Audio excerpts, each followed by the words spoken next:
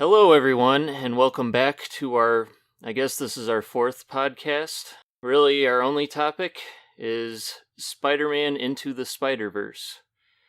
Now, you're probably thinking we're 6 months late with reviewing that, but we didn't get around to it when it came out back in December, and since, what's the name of the new one, Far From Home's coming out, we've decided that now's as good as ever to do it. Mm-hmm. All right. So, I don't know, this is kind of funny. This just kind of reminds me of our old reviews that we used to do, which was just us sitting in the basement talking. So, when did you last see this movie? Because I just put it on Netflix. I wasn't able to watch all of it in preparation of this video. I watched it back in May, early May, Mm-hmm. for the first time. I don't know, it's a pretty simple movie, so I mean, like, I didn't feel the need to have to rewatch it. So, like, my story with this was I didn't see it in theaters either. I actually didn't watch, like, anything in December in theaters, just because it was, like, a really busy month for me. And also, like, when the trailers came out for this movie, I was really not excited for it, which is kind of weird, because I really like the movie now. But when I first saw the trailer, I was like, oh, they're just trying to cash in on Black Panther, and he's wearing Nikes, and, like, I'm usually one to, like, defend product placement in movies, just because I think that it makes the movie feel more realistic when you see, like, actual products that exist as opposed to, like, these just made up ones. Yeah. But it really bugs me when animated movies do that, just because you're like, why did you do that? Yeah. I think the worst was when in the Lego Batman movie, Batman is using an iPhone, and I'm like, why? This is the whole point of this movie is to sell Legos, and you're trying to sell iPhones while you're trying to sell me, like, come on, don't do that. Yeah. So, I thought the movie, like, I didn't look that impressed, and the fact that it was done by Sony Animation, who did the Emoji Movie, I definitely wasn't looking forward to it. But after it came out, obviously this movie had a really good word of mouth, and once it came out on DVD, fun story, I went and rented it at Redbox, which was a mistake, because the copy of the DVD I got was, like, all, like, scratched up and stuff. So, like, it stopped working partway through the movie, and I ended up having to rent it on Amazon Prime the same day, because I really wanted to know what was going to happen. And it cost, like, $6 to rent. I was like, holy cow. That seems like a lot. Was it HD at least? Yeah, it was, but also, because it was, like, being streamed, the internet in my house was acting wonk that day, so, like, even then, it still kept getting, like, fuzzy and stuff. And, I mean, if you've seen this movie, you know what the animation it's like. It's very, like, jittery and stuff. And when you're watching that and it starts to lag up, it's just, like, the movie, like, legitimately gave me a headache at one point. Yeah. And what was funny was that, like, I got about, like, partway through I think I was, like, halfway through the movie, and, like, I paused it, and then I wasn't able to watch it until, like, the last day I had it, like, rented online, and I had, like, an hour left before, like, it would go away, so I just started to watch it, and I was able to watch it past the expiration date for the thing. So by the time I stopped watching the video, it was, like, overdue. But since it was online, it didn't do anything. Anyway, so that's my experience with how I spent, like, $10 to rent a movie. For me, I was at a friend's apartment warming party, and to be fairly honest, most of us had been drinking before we watched it, so maybe my recollection of it isn't the best. Well, no, I wasn't that. I don't go ham. What am I talking about? But no, like he suggested, like, hey, do you guys want to watch a movie? Let's watch Spider-Man Into the Spiderverse. It's a pretty awesome movie. And it's like, okay, I'll take your word for it. So we watched it, and yeah, I mean, it was a pretty good movie. I think I liked it a lot more than I liked Homecoming. Yeah. Yeah. I don't know if, for me personally, I have a hard time ranking this with all the Spider-Man movies, because I really like Homecoming. I really like the original 2002 Spider-Man, and I really like this one as well. I think that if you're going off, like, what is, like, quote, the best Spider-Man movie, it's probably Into the Spider-Verse. just because it does like so much with, like the comics and the movies and stuff, and that it is a legitimate Spider-Man movie as opposed to the others, which seem more like a Peter Parker movie. Yeah. It's also like the least safe of all of them.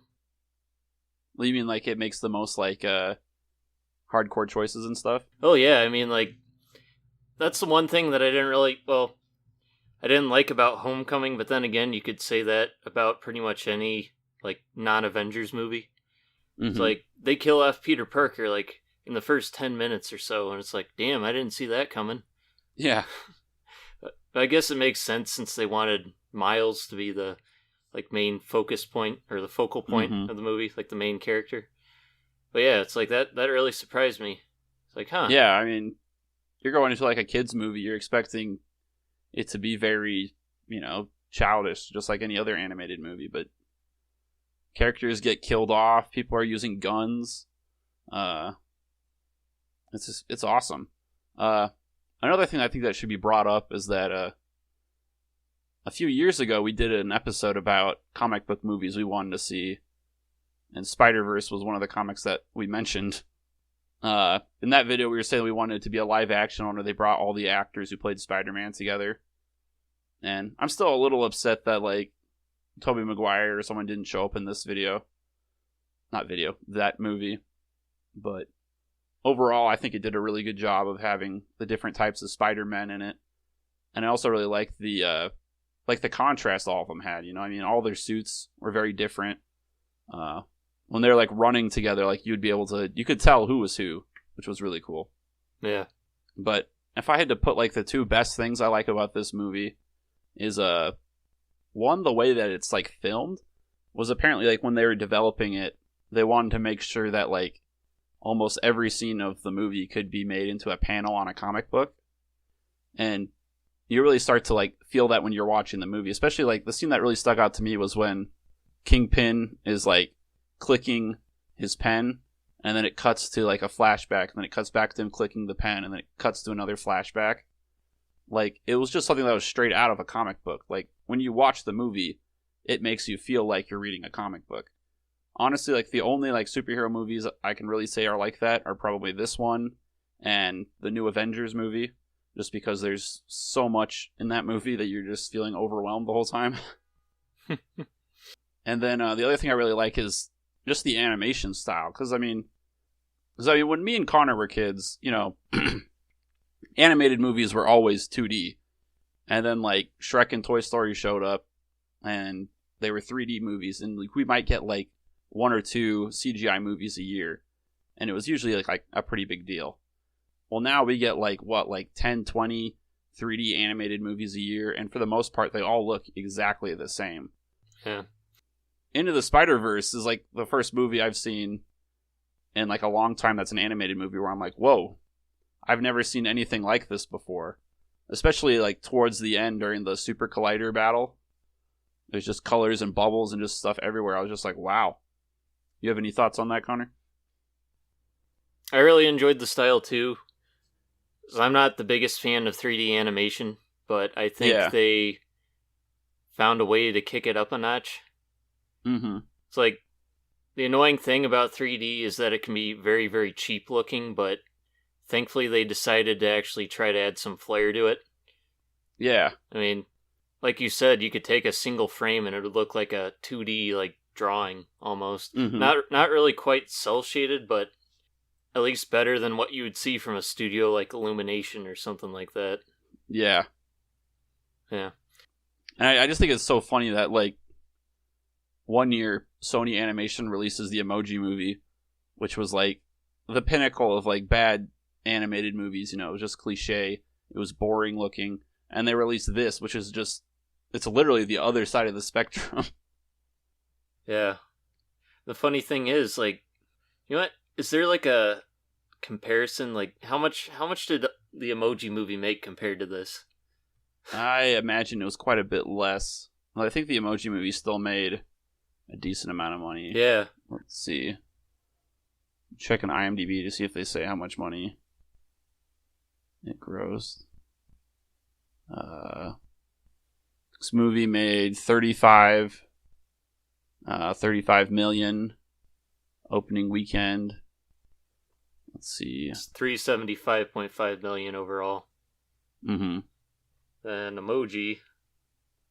I can't believe I'm looking this up. The Emoji Movie on IMDb. Well, I'm just Googling it. Yeah. Let's see. 217.8 million. Wait, so the Emoji Movie made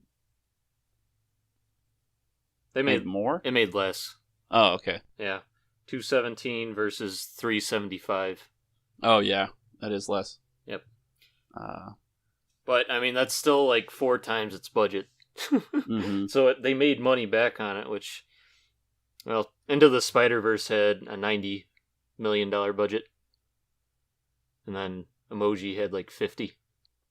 And Spiderverse also had the benefit of being Spider-Man, which is one of the most beloved superheroes. Oh, yeah. Even though the main focus wasn't, the Peter Parker Spider-Man. Mm-hmm. It was the Miles Morales Spider-Man, which, going into this, I knew absolutely nothing about. I knew a little bit about him, but not a ton. And from what I've heard, because I haven't read any of those comics, that it's not like a super faithful adaptation of the character. But I've also heard it's like an improvement of the character, because apparently in like at least the earlier Miles Morales comics, he was just almost exactly the same as Peter Parker. So Yeah. they decided to give him some like jazz and stuff. Like an actual character. Mm-hmm. A distinguishable one. Yeah. Personality, I mean, not character, damn it. Mm-hmm. What'd you think about the soundtrack? That was a big part of this movie. Okay. When I say the soundtrack, I mean like the pop songs. So, I didn't really think about this until someone else mentioned it to me, but it is a crying shame they weren't able to put that song, crap, I don't know the name of it, but it goes like, Black Spider-Man. You know what I'm talking about? And sorry, my internet cut out Okay. for a second. Okay. Well, you know that one song that goes like, Black Spider-Man? Oh, jeez, yeah. It is. They missed out on an opportunity to put that in. Yeah. Like, to be honest, That's true. I didn't really like think too much of the actual soundtrack. I see it a lot on like people's like Spotify list, or Yeah. whatnot. Like same with Black Panther. Mm-hmm. I'm just not a huge fan of that genre of music, like the rap pop music. Yeah. Some of the songs were okay. The only song that really I didn't like was the song they played during the credits. And then they play, I don't even know what the name of the song is, but they play that song when he's spray painting at the subway, and it's a remix of, I think, the song Jump On It, but it's the dun dun dun dun, and I freaking hate that song. Apache. So yeah, Apache, that's what it is. I hate that song, and I only hate it because we used to play it in band all the time. Yeah. And I was like watching the movie, and I was like, why are they playing this? I want to be honest, I don't remember that happening at all. Yeah, it's only for like a little bit. I think like I timed it. There's like they play like 3 different pop songs in like the first 5 minutes, and like I think it's like close to like 8 or 10 in the first like 15. Yeah. It's like I'm looking at the track list right now, and I don't recognize any of these songs. Certainly don't remember. The Post Malone song from that movie, I've heard a lot of people playing that, and I don't know if that song was popular before this movie or if this was the movie that made it popular, but that one's been going on for a while. Correct me if I'm wrong, I know that the Black Panther album has like a parental advisory thing on the front of it. Right. Does the Spiderverse album have that? No. No, it doesn't. Okay. Yeah. Just funny that they I didn't really even think about that. I mean, like,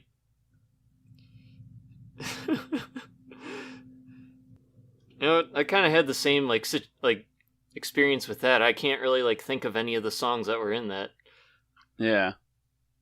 But yeah, it definitely has a parental advisory.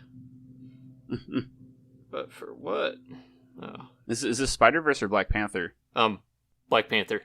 I don't think that the album of Black Panther, I don't know if that was from the movie or if those were just songs that people wrote. Oh, it says music from and inspired by. And inspired by. Yeah. Okay, so it's... Yeah. So yeah, you got like Kendrick Lamar and The Weeknd. Who else? 'Cause I think the only rap song they played in Black Panther was the Korean one. Do they have a track of Andy Serkis singing, is it What Is Love? I don't think they do. Bummer. Yeah. I mean, I wasn't able to view the list because iTunes was acting stupid, which nickel for every time that happens. Yeah. So, I didn't see the full track list. You know what's another thing I really like about this movie? What? The costume that Peter Parker wears, because it's just the like normal, just vanilla Spider-Man costume. Like he's got like the big red spider on the back and everything. Yeah. They didn't try to like modify it or make it unique or anything. They just made a nice generic looking one. And I know I feel like superhero movies need to do that more often, to just go with a nice iconic look for them.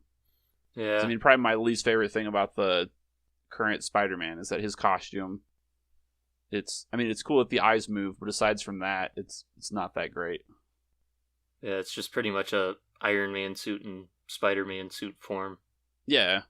And like I don't even think it has like the like webbing design on it at all, or I don't know. He's got the weird square spider on the front. Yeah, I mean, a lot of adaptations, like, you know, it's weird you think about it. A lot of them just don't straight up adapt something. They like to change it a bit. And Yeah. I guess that's like the easiest way of doing that. And I think that what's it called? It's becoming less so now. I mean, I think that 10 years ago it was a lot more like that. I mean, if you look at like the Transformers movies, those are nothing like any of the source material. But like a lot of the newer Marvel movies and DC stuff follow the source material a lot more. But one thing that's really common in movies is that they take superhero costumes, they always make them darker. And like you look at Daredevil, he's like maroon instead of red. Captain America's navy blue instead of light blue. Just stuff like that. And I think it was just nice to see a Spider-Man that looked like the one from the comics. Yeah. Alright, if you had to rank it out of 5, what would you give it? Out of 5? Yeah. I'd say 4 at the moment. Maybe 4 at the moment. Maybe it would wiggle up to 4.5 if I watched it again.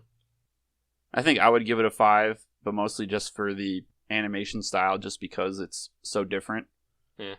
That achievement alone, I think, gets it a 5 in my book. Yeah. But I really liked it. If you haven't seen it, it's on Netflix. But luckily, you don't have to watch it in order to know what happens in the new Spider-Man movie. Yep. That being said, you do have to watch Avengers Endgame, which is like 3 hours long. And they just released an extended edition. So... How long's the extended edition? It's only like 8 minutes longer, but... But it's going to be $10 more on DVD. I don't know if they're going to release it on DVD. They probably will. Yeah. They're releasing it in theaters, though. Yeah, okay. But I mean, like, if they're putting it in theaters, there's no reason why they wouldn't put it in, put it on DVD. True. Or Blu-ray. Mm-hmm. You couldn't even watch the trailers for a new Spider-Man without having watched. Alrighty. Alright. That's all for this week. Yep. Let us know what you think about Into the Spider-Verse. Is it overrated? Is it underrated? Is it R-rated? Let us know. Bye.